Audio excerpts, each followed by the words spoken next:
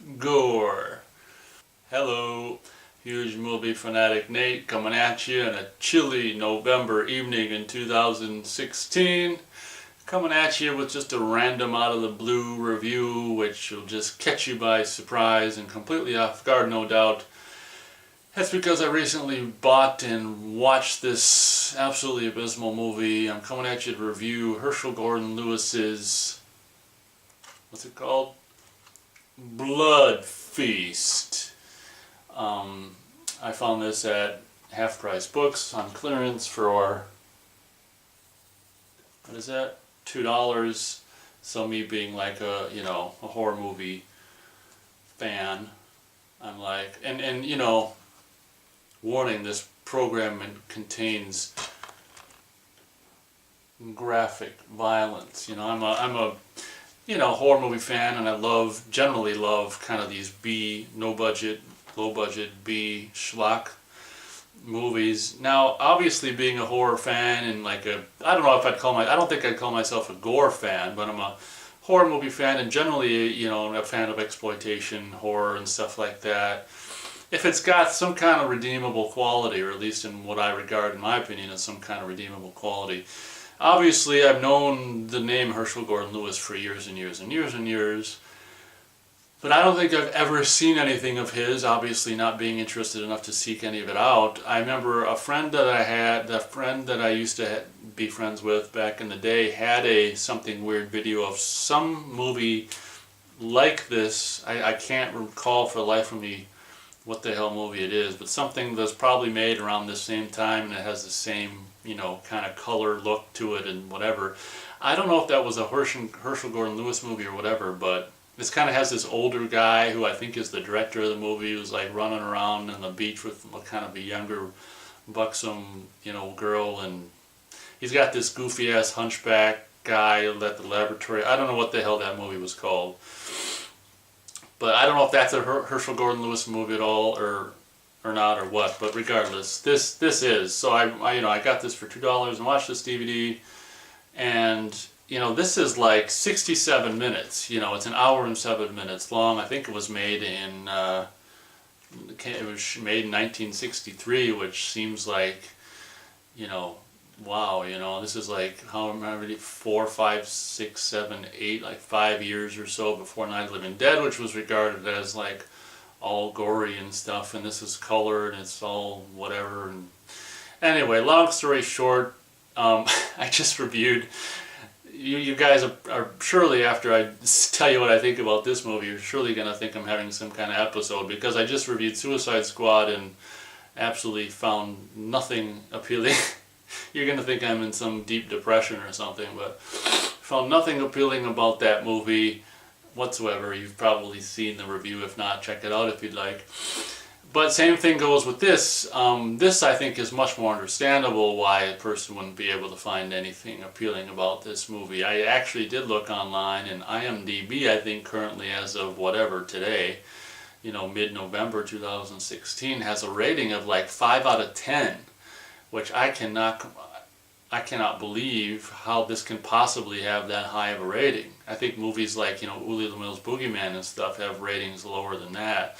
So obviously those people must be just fans of what you'd call just absolutely just so stupid it's good kind of movies. This movie, I'm a fan of movies like Blood Lake, the shot on video movie that I reviewed years ago, and so bad it's good kind of movies as well. But this movie, I think, is, in my opinion, it's a whole different kind of, it's bad. It's so far bad that it's actually below it's way, in my opinion, this would be placed in a category way below so good it's bad. It's so bad that it's just bad. It's so bad it's bad. It's not so bad it's good. It's so bad it's bad, And again, being at a mere hour and 7 minutes long, you'd think, I don't know what you'd think, but basically the story of this movie is just this goofy ass character who's probably in his 30s, and I don't know why they can't hire some actual guy with gray hair, but they have this guy who's in his 20s or 30s, and they like paint his hair, which you can tell is obviously fake gray, and with this fake limp, and he's the guy who runs this whatever, is it like catering place, catering store, and he's basically goes out and kills women, and he sells this goofy book, and I don't know if he kills all the women that he sells the book to. I mean, he knows their address because they ordered the book or whatever, and he kills some of them, but then I think he kills some random women on the beach or whatever. And long story short, this movie's about this goofball, guy who, owns and runs this. I don't know how some guy this goofy could actually run this place, but that's another story. Runs this catering business and store shop, and basically, I guess, goes out, kills women, and that's what people are eating when they eat his food or whatever. So, the movie starts, and, first of all, I hate, the way this movie is shot, if you can even call it shot at all, is the most completely, there's nothing, in my opinion, that's any kind of, it's shot as boringly and as uncreatively as you could humanly possibly shoot a movie. I don't think anyone could shoot a movie less creatively or interestingly than this movie shot. It's unbelievable, to say nothing about the editing and the music and everything else. It's just unbelievable. Where you got, scenes that are pretty much every scene is just a scene, and then you got this light that's, just flooding in from the front and just drowning the scenes with just front light, and that's it. And it's just, my golly, So like I say, I've seen this other movie that's like this years and years ago, but I can't remember what it's called. But this is just, there's nothing, in my opinion, that is creative about this movie whatsoever. The gore from 1963 is pretty, I guess, whatever, graphic. And to be honest, this movie, and I guess it's November, so my mood is probably not that great anyway, but this movie, is kind of like, it kind of lowered my spirits, just the fact that it just exists basically for exploitation and for the gore scenes and, and whatever, and I just found it like it's what's that trailer of Scream Bloody Murder? Pen the word gornography or whatever. Like Scream Bloody Murder is kind of one of these movies, but that actually, I don't think I've ever reviewed it, and shall maybe one day. That actually has things, I feel like that's more of a so bad it's good movie that actually has things I like about it, including a cameo by the not yet, I don't think he called himself Angus Scrimm yet at the time. But anyway, I'm segueing on another movie, but this is just, the reason I got onto that movie is because the word gornography came into mind. Well, this is just exists just to put images on the screen to make people just get utterly disgusted. And the first scene is like, I think this guy attacks this relatively kind of attractive woman. Of course, you barely she's even got some breastage, and it's kind of covered up by suds, and I don't know, it's kind of ironic having a movie so gory for the time, but yet we can't see, much or any breastage is kind of ironic. So why not, if it did that, it'd be at least redeeming in some sense. But I found it particularly, gruesome actually, because like she gets stabbed like in the eye, I think, or something like that, and all we see, of course, is just kind of this, paint, blood, whatever the hell it is, kind of just, splattered on her eye and stuff, but whatever. This movie just, in my opinion, I'm going to try to cut this shorter and try to wrap up now. Absolutely zero, freaking creative anything about this movie. Absolutely abysmal. In every department, music, cinematography, editing, acting, okay, maybe that one guy who played the main character, the boyfriend of and this cop or whatever is like, what is he, freaking mid-40s or something, and he's going out with this high school girl, or I don't know if she's supposed to be in college or what, but I don't quite get that. This movie is just, yeah, just I don't like it at all. So, this is like a first time on this Huge Movie Fanatics channel ever. Like, this rating is very rare for me. Now I'm going to do it two reviews in a row, and like I say, you guys are going to be sure you're surely going to think I'm in some kind of deep depression or something. Maybe I am. I don't know. After all, it is like November.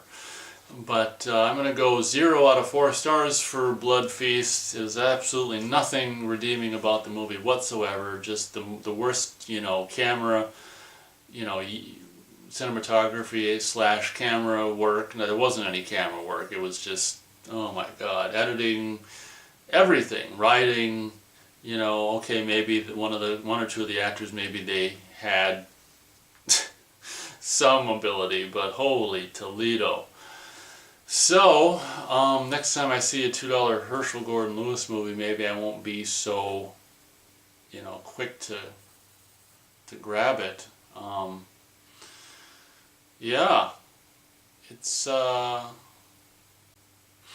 it left me in a low spirits, because I guess because of its pornography aspect, just basically existing to shock the audience. But this didn't shock me with only the gore. It shocked me with just every incompetent thing about it. Just shocked me. And there's a scene at the end where the police find this guy's catering place, and they go in and they turn on the lights, and there's this girl like in a bikini, like face down on this table, and she's basically just covered in blood. Like someone just went top to bottom and just dumped this blood paint on her or whatever. And they even do like this close-up head to toe shot of like panning down her body, and all you can just see, you can see it even in the wide master shot, if you will, but you can, it's confirmed when they do this close-up of like going down her body where the blood there's like no wounds on her. You can tell they just dumped blood on her, and it's just like, oh my golly.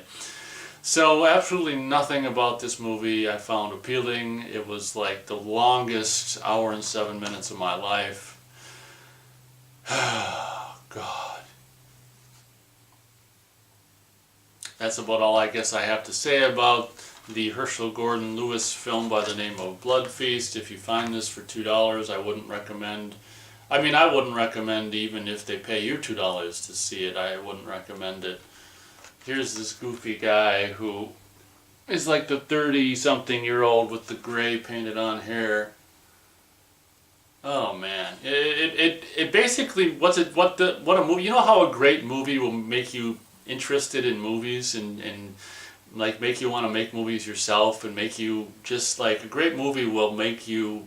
It'll energize you and make you excited about life and movies and doing movies yourself. And this is like the exact opposite. This movie completely lowered my spirits and made me, it's just like, it just made me sick to realize that there are people that were making shit like this, and God, movies could be that bad. It's the exact opposite. Like, I didn't know movies could be that bad, or people could be that untalented, or it's just it's a completely just it's a killjoy. This movie you should call Killjoy, but Charlie Band already, well, yeah, he's doing movies by those titles. I think is it, yeah, I think he's doing movies titled Killjoy.